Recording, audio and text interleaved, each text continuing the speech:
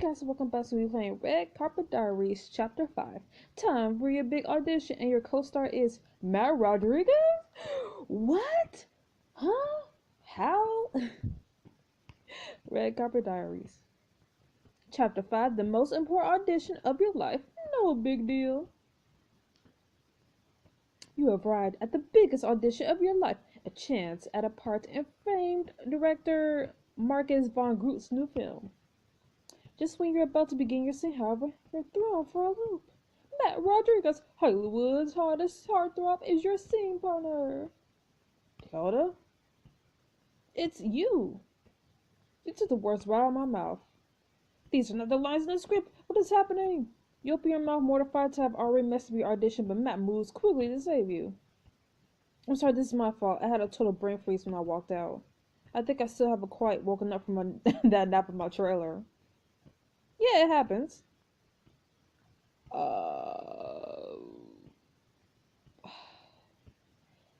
Marcus, are you... I'm gonna see what happens. I assume once Matt started improvising that you told him to. Obviously, I would never go off script while consulting you first. This attitude is pleasing. Whew. What a relief. Perhaps you trained in Europe? No, Iowa, actually. I've never heard of this place. It is clear, however, that its residents must have continual sensibilities. Matt raises his eyebrows and winks at you. You try to hold in a laugh. Let's begin again, using the script I've provided. Do you think you can manage that, Mr. Rodriguez? Absolutely. I'm wide awake now. Good. Let us begin again. Why don't we start right in the heart of the scene? Does that work for you, Marcus? Marcus stares off into the distance for several seconds, saying nothing. Then he turns slowly, unblinking, to face Tasia. Yes. Okay. Great. Dakota, from much better at pleasure, please. You nod and walk out from behind the bar, placing yourself just inches from Matt. All right. 5, 4, 3, 2. She holds a finger to the air, mouths one, and points to the camera. You take a deep breath again to the character of Macy, the seductive bar owner. I'm much better at pleasure. You grab onto Matt's shirt front and pull him down, craning your neck upwards so your mouth is just inches from his ear. So tell me, detective, what did you come in to talk about again? Matt turns towards you. You gaze into each other's eyes intensely. You can feel his breath in your cheek. I heard you might know something about last night's heist. How should I play this? I should trace the fingernails, just put some more space between us. No, trace the fingernails, just trying to be seductive. You raise an eyebrow, then turn your gaze downwards, tracing the finger slowly down the center of Matt's chest. You hook into the waistband of his pants briefly before dropping your arm to your side, and you can feel Matt shiver almost imperceptibly. Why do you think I would know anything about bank heists? I didn't mention it happened at a bank. Call it intuition. I call it suspicious. I suppose I might have heard a few whispers about that job, and I could tell you. You slowly raise your finger to Matt's lips, placing the tilt there lightly as you deliver your next line. That is, if you're discreet. Oh, I am. Very. Marcus nods at Tasia and she steps towards the two of you. Good, really well done, guys. Great chemistry. I'm going to have you jump ahead a bit here. Trace a line over the script in her hand until she finds the place she wants. Let's pick up just after you spend the night together. Just a refresher, Matt's character is asleep. Dakota's character sneaks out of bed and starts going through his things. Matt nods and starts pulling his shirt over his head. Whoop! How's this? That's good for now, Matt. It will give us a sense. Can we get the set ready, please?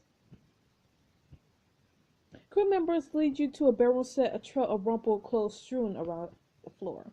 Alright, the two of you lay down next to each other, please. Ignore the decor, by the way. We're just borrowing this soundstage for the audition. Matt scoots onto the prop bed they rolled out, lifting the sheet up to let you in. You press yourself against him, feeling the warmth of his chest all along your back. He drops the arm around your waist. So this isn't awkward or anything. Nope, not at all. Perfect, that's great, guys. Very natural. Alright, ready on set? The crew members now return to their posts. In this scene, Macy is seeking something. I want you to choose what it is and let the rest proceed from there. So, improv? I prefer the term relying on instinct and letting your true spirit guide you. It's like the scene in that famous American movie where the hero disables his computer to tell all the forces guide his missile into the Death Star. Star Wars? No, I believe the film I think it was called Shrek. Not better. Instinct away. And action. You turn slightly as though checking Matt's breathing. Slowly, you lift his arm up from your waist, carefully extract yourself from the bed, and softly set it down. Careful, careful. Matt snuffles in his sleep, and you tense up. He rolls over. Your creeper crosses the discarded pants a few feet away. A shiny black belt holster holds a gun and a detective's badge. I don't think it matters, so I'm gonna just say badge. You turn to check that Matt's still in the bed. He is. You grab the badge, peeking at it as though you're making out important details. Then suddenly, a hand grabs it from you. You turn. Matt is staring at you, face thunderous. What are you doing? I'm sorry. It's just... You narrow your eyes just for a moment, letting the viewer know you're calculating your next move. Then you squeeze your eyes closed and rock back under your ears, curling to a little ball. How do I know you are who you say you are?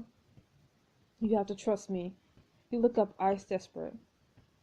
I want to, but I'm scared, all right? What are you actually doing here? Like I said, I just want to find out who's behind this.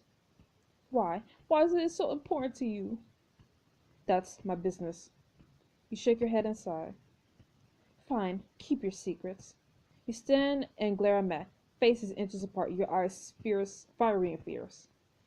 You're not the only one with secrets after all. Great, guys, keep going. Matt leans closer, as though your lips are magnets pulling him in. I'm not into you, though. But we're just acting, so. You lean in slowly, eyes like that much. Then slowly, you brush your lips against his. He grips you around the waist, pulling you closer, kissing back harder. After a few seconds, you break apart. I don't want to lie to you. And I don't want to believe you, so we're both in the tough spot. And cut. The room is silent for a moment, and then you hear a slow clap from the door Matt entered through earlier. Well done, really. Victoria Fontaine, what's she doing here?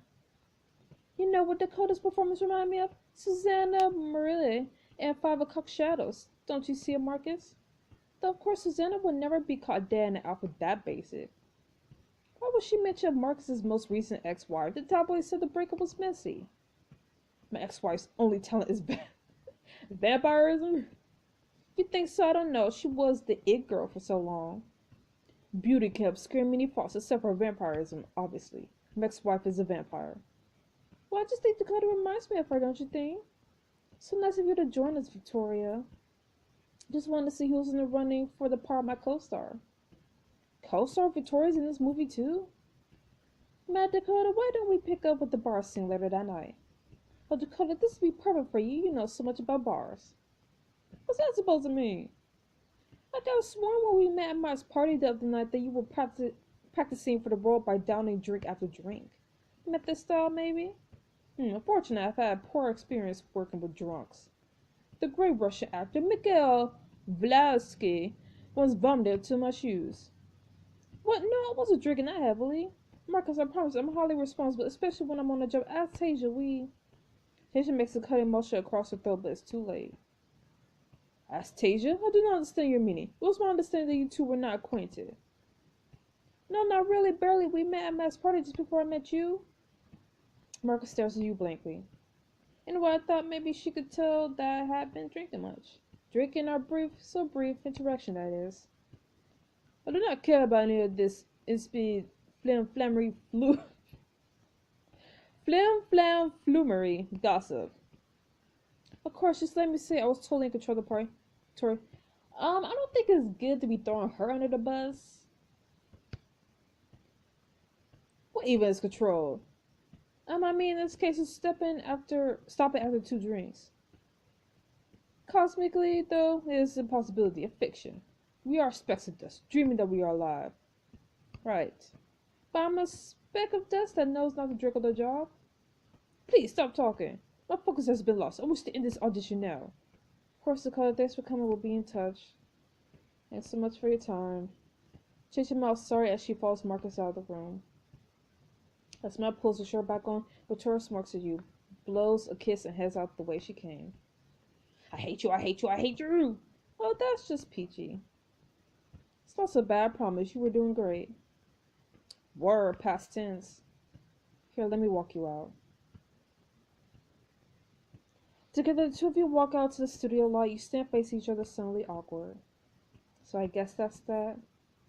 For us, I hope not. Really? I kind of thought that you weren't interesting.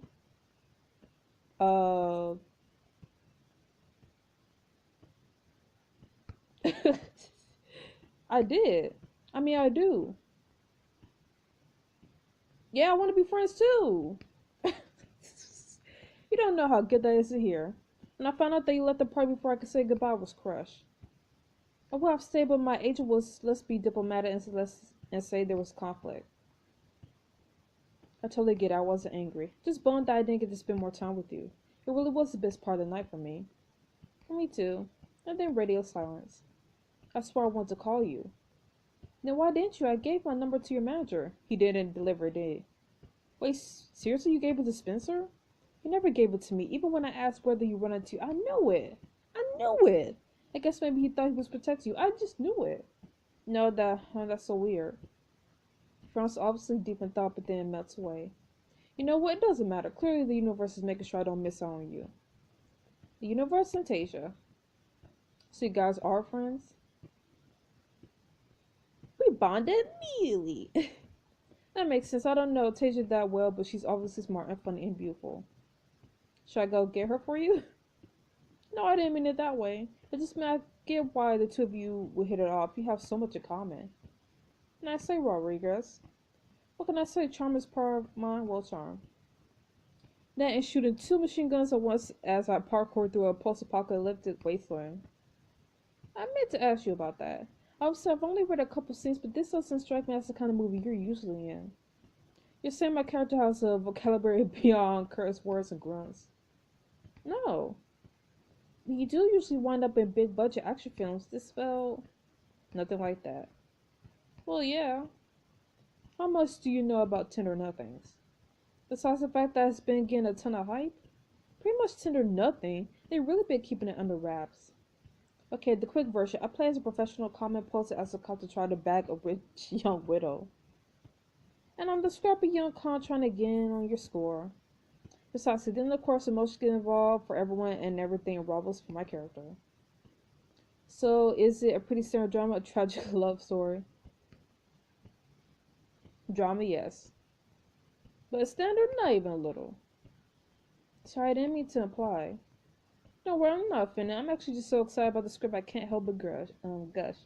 So incredibly clever and layered, and the emotions are so raw and real. That sounds amazing. It is. I'm still pitching myself that they let me join the cast. You must have had some serious competition for the part. Actually, I didn't. How's that possible?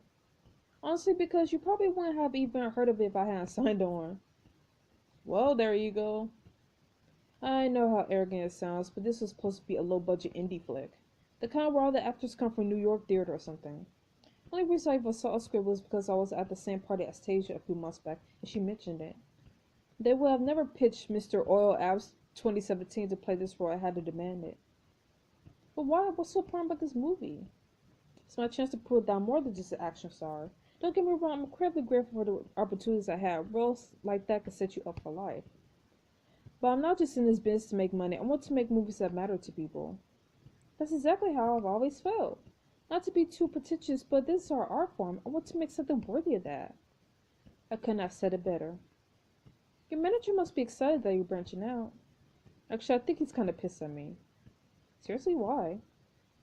It makes sense. He makes money when I do. Stands to reason he'll want to keep milking the cash cow franchise as long as possible. But in the end, he works for me, and this is the part I wanted to play. Well, I think it's great that you're taking the roles that matter to you. What's all that success for if you can't even do what makes you happy? Thanks, Dakota. He puts the arm around you and pulls you to a sideways hug, just as Tasia emerges from the studio. What you kids get into? I was just about to ask Dakota if she wanted to come out with me for dinner and a drink or 3. This place I love is stylish and classy and intimate. You'll be welcome to join, Tasia. That sounds like fun and all, but I am starving. I'm thinking of hitting up the food truck festival in Echo Park. Great grill, cheap beers, and a real chance to relax and hang out. Dakota, you interested? Get out of my face, ho. I mean, it would be fun to hit up the food trucks with Tasia, but I would just go home and chill. I'd love to spend more time together too, but I promised Chas would meet up and debrief on the audition. Okay. Totally understandable. The food fest is calling my name. Talk to you tomorrow, though. Hopefully. She waves and heads out to her car. You turn to Matt. He's still looking at you expectantly. Can I get a rain check? This time I'm going to make sure you actually have my number. Sounds good, and I'll make sure to use it. He hands you his number. He hands you his phone. You type in your number under Dakota, aka Awesomest Ever. Hell of a last name there, Dakota. Will it help you remember who I am? Absolutely. Not that I can forget. Good, then I probably spelled it right. You wave goodbye to Matt and call a car. A few minutes later, it pulls up and drives you to your apartment. Inside, Chaz is lounging on your couch, swiping at his phone while a reality TV show plays in the background.